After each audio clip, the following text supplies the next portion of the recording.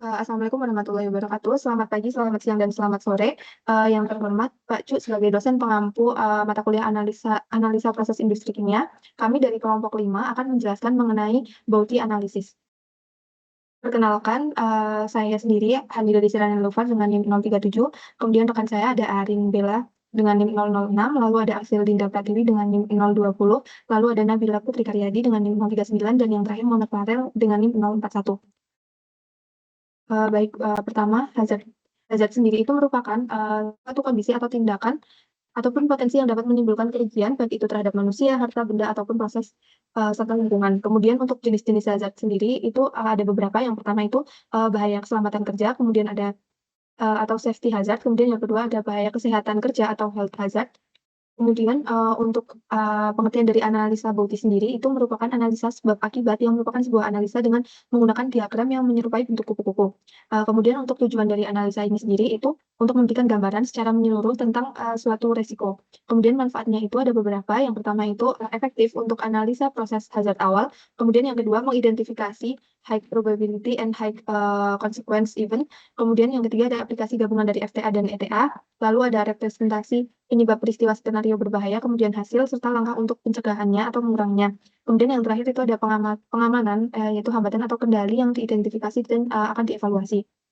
Untuk cara pembacaan atau cara identifikasi dari analisa ini, itu untuk step yang pertama, ada identifikasi analisa Bauti terdiri dari 2 item, di mana 2 item itu ada bahaya atau hazard, kemudian ada event yang akan terjadi. Kemudian untuk step yang kedua itu ada assess the threats, di mana itu merupakan ancaman yang berada pada sebelah kiri dari diagram.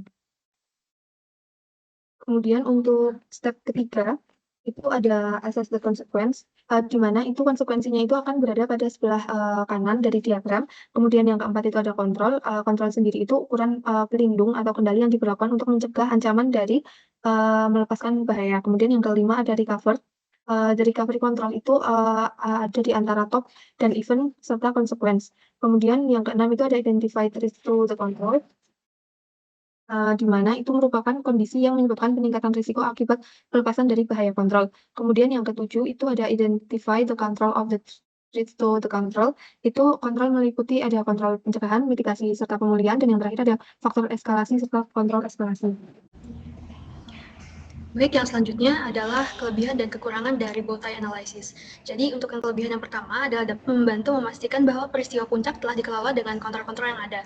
Kemudian dapat memaksakan penggunanya untuk membuat analisa yang terstruktur dan komprehensif dalam melakukan penilaian resiko. Kemudian berguna untuk sharing knowledge terkait peristiwa puncak kepada personil yang bukan ahli di bidang tersebut. Dan yang terakhir adalah dapat membedakan kontrol yang menurunkan tingkat kemungkinan terjadinya peristiwa puncak dengan kontrol yang mengurangi tingkat konsekuensi yang akan diterima. Kemudian untuk kekurangan dari Bowtie ini, yang pertama ada tidak dapat memodelkan beberapa penyebab yang terjadi secara bersamaan yang memicu suatu konsekuensi. Kemudian tidak dapat memilah mana kontrol yang lebih penting dari kontrol lainnya. Dan yang terakhir adalah sangat bergantung pada pengalaman dan partisipasi aktif personil atau analisisnya bersifat kualitatif. Kemudian masuk ke studi kasus untuk identitas jurnal yang kelompok kami gunakan berjudul Analisis Resiko Keselamatan dan Kesehatan Kerja menggunakan metode Bowtie di PTX. Penulisnya adalah Eki Gilang Permata, Muhammad Ihsan Hamdi, dan Muhammad Fajri Ardi pada tahun 2021.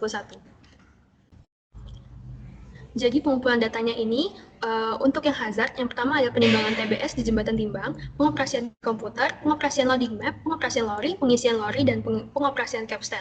Nah, risknya ini pada kode 1A ini karyawan terjepit, 1B karyawan tertimpa TBS, 1C karyawan tertabrak mobil truk, 1D karyawan terkena radiasi komputer, 1E karyawan tersengat listrik, dan 1F adalah terbakar. Kemudian untuk 1G terjadinya kebakaran, 1H karyawan tertimpa TBS, 1I karyawan terjepit lori, 1J karyawan tertimpa lori anjlok, 1K karyawan tertimpa TBS, 1L karyawan tergulung tali, 1M karyawan terjepit, 1N karyawan terpeleset, dan 1O karyawan terpental tali.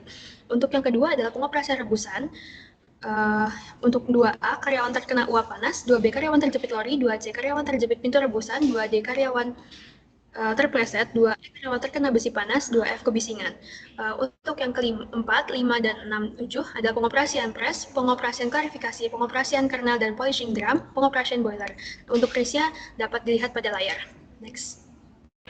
Untuk hazard ke-8, 9, 10, 11, 12, 13 adalah pengoperasian water treatment plant, pengoperasian genset atau turbin, pengoperasian di dispensi CPO, yang ke-11 adalah pengoperasian di stasiun limbah, 12 pengoperasian di pengiriman inti, 13 pengoperasian empty bunch happier, dan penyusunan janjang kosong.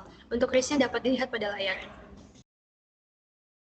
Kemudian ada pengolahan data pada tabel 1.4 yaitu skala probability pada standar AS atau NZS atau Australian New Zealand Risk Management pada nomor 4360. Jadi pada pengolahan data tersebut terdapat tingkatan deskripsi dan keterangan.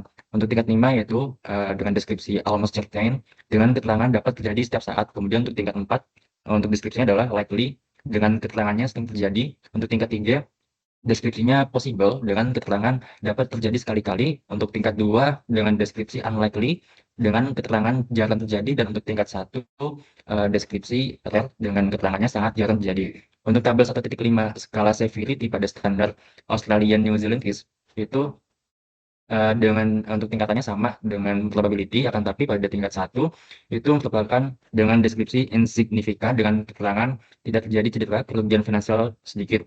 Kemudian untuk tingkat kedua yaitu minor dengan cedera ringan, kerugian finansial sedikit. Untuk tingkat 3 moderate, dengan keterangan cedera sedang perlu penanganan medis. Untuk tingkat 4 major dengan keterangan cedera berat, kerugian besar dan gangguan produksi.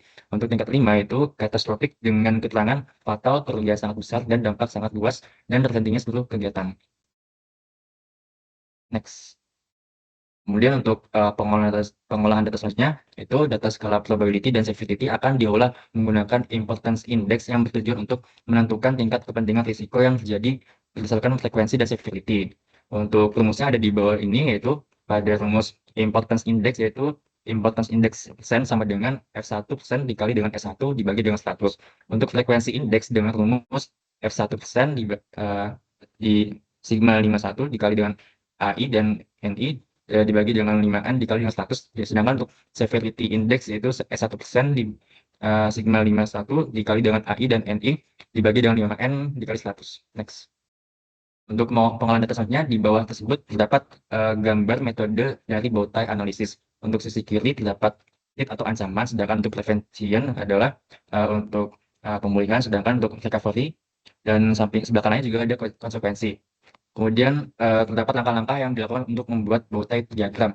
Yang pertama, identify the bowtie hazard, yaitu bowtie hazard terdiri dari 2 item, yaitu bahaya atau hazard dan event atau risiko yang terjadi. Kemudian yang kedua ada assess the threats, yang ketiga ada assess the consequence, yang keempat ada prevention control, dan yang kelima ada recovery. Oke, baik. Selanjutnya ini setelah tadi udah dianalisis, jadi dilakukan perhitungan importance index dari tadi yang udah dijelasin dari FI%, SI% sampai IMP%. Jadi kita disesuaikan, dihitung apakah dia termasuk large, medium, atau high, itu sesuai dengan standar yang sudah pada tabel sebelumnya. Next. Oke, ini contoh bowtie analisis yang sudah dianalisis. Jadi pertama-tama kita analisis dulu hazardnya, yaitu berupa pengoperasian rebusan. Kemudian kita mengetahui top eventnya. Apa sih top eventnya? Yaitu berupa karyawan terkena uap panas. Nah, di sini tuh kita mengetahui juga identifikasi causes, macam-macam causes yang menyebabkan top event tersebut, seperti yang di sebelah kiri ini, pipa bocor dan sampai bawah sampai kelalaian karyawannya. Kemudian ada preventif ini atau cara mencegahnya agar tidak terjadi, seperti pipa bocor itu memastikan tidak terjadi kebocoran pipa dan lain-lain sampai yang bawah. Kemudian ada pun juga konsekuensi, yaitu di kanan sendiri, apa sih konsekuensi yang terjadi jika terjadi kelalaian, itu luka bakar pada kulit, kerugian dan material. Dan di sini sebelumnya ada mitigasi, yaitu apabila terjadi apabila terlanjur terjadi, jadi bisa dikurangi atau dengan melakukan hal-hal yang menggunakan APD lengkap, menyediakan alat P3K. Dan itu. Nah, untuk contoh kedua ini, top eventnya karyawan terkena besi panas, yaitu dengan analisis hazardnya. Pertama, tentang pengoperasian rebusan, dengan kasusnya itu kelalaian karyawan atau karyawan tidak mematuhi instruksi kerja, dengan konsekuensinya tuh luka melepuh pada kulit atau kerugian material.